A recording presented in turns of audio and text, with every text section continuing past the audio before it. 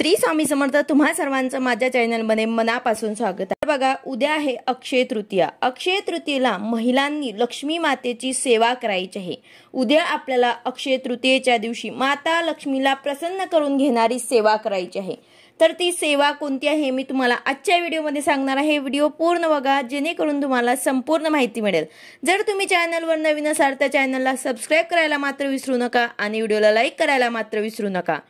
तर बघा, माता लक्ष्मीची सेवा उद्याच नाही तर रोज आपल्या घरामध्ये झालीच पाहिजे। अक्षय तृतीया लक्ष्मीला प्रसन्न करण्यासाठी हा एक शुभ दिवस मानला जातो।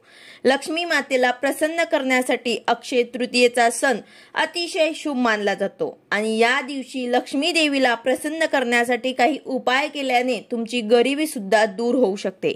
तुमच्या घरामध्ये काही आर्थिक अडचणी असतील तर त्या सुद्धा दूर होतील।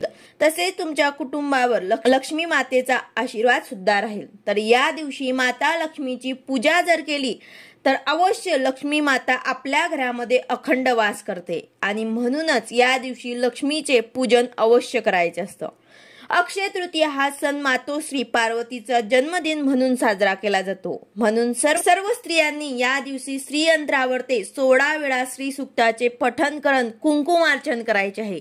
जर तुम्हाला कुंकुमार्चन करणं शक्य नसेल तर तुम्ही 16 वेळा श्री सूक्ताचे पठण आवर्जून करा किंवा मग एक जरी वेळा केला तरी सुद्धा चालेल, पण आवर्जून तुम्हाला मातोश्री पार्वतींना जी आवडणारी सेवा आहे ते आपल्याला करायची आहे।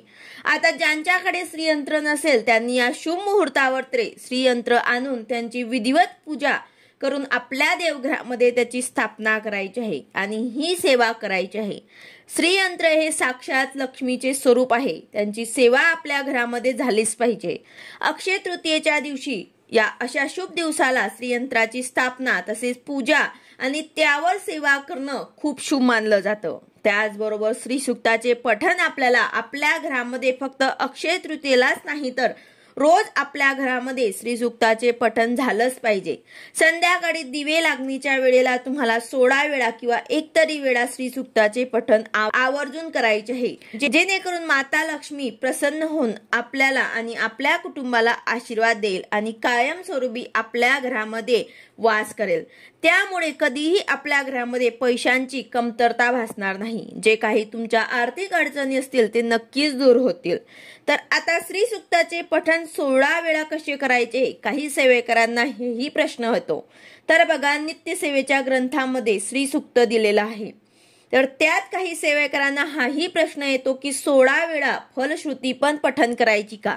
तर नाही, फलश्रुती फक्त एकच वेळा आपल्याला पठण करायची आहे। 15 वेळा श्री सूक्त पठण करायचं आहे आणि 16व्या वेळेला पूर्ण श्री सूक्त आणि फलश्रुती सुद्धा आपल्याला पठण करायचे आहे। तर अशा प्रकारे हे 16 वेळा आपल्याला श्री सूक्ताचे पठण करायचे आहे। सर्वात महत्त्वाचे म्हणजेच या दिवशी आपण आपल्या आवडत्या देवतेंचे नामस्मरण किंवा मंत्र पठण करावे। या दिवशी केलेल्या मंत्र पठणाने किंवा नामस्मरणाने पुण्य अखंड टिकत राहते, कारण या दिवशी जे काही आपण सेवा उपासना करतो ते अखंड टिकते। अक्षय तृतीया म्हणजे ज्याचं क्षय न होणारं अक्षय तृतीया, आपण जे काही सेवा उपासना करतो ते अक्षय राहतं। तर या दिवशी आपण मंत्र पठण केले, नामस्मरण केले तर ते सुद्धा अखंड टिकून राहील। तर अशा प्रकारे आपण या दिवसापासून मंत्र पठणाला किंवा नामस्मरणाला सुद्धा सुरुवात करू शकतात। अतिशय महत्त्वाचा आणि शुभ दिवस आहे। तर या दिवसापासून तुम्ही रोज संध्याकाळी श्री सूक्ताचे पठण करण्याचा संकल्प सुद्धा घेऊ शकतात आणि रोज आपल्या घरामध्ये माता लक्ष्मीची सेवा सुद्धा करायची आहे। या दिवशी मंत्र स्तोत्र म्हटल्याने आपल्यावर माता लक्ष्मीची अखंड कृपा आपल्यावरती राहते आणि लक्ष्मी माता आपल्या घरामध्ये अखंड वास करते। तिचा वास जो आहे तो कायमस्वरूपी आपल्या घरामध्ये राहतो। तर अशा प्रकारे आपल्याला ही अतिउच्च कोटीची लक्ष्मी मातेला प्रसन्न करून घेणारी सेवा उद्या नक्कीच करायची आहे आणि उद्यापासून सुद्धा आपल्या घरामध्ये संध्याकाळी श्री सूक्ताचे पठण आवर्जून करायचे आहे। व्हिडिओ आवडला असेल तर लाईक करा, शेअर करा, सबस्क्राइब करा। भेटूया अशाच नवीन व्हिडिओ सोबत। श्री स्वामी समर्थ।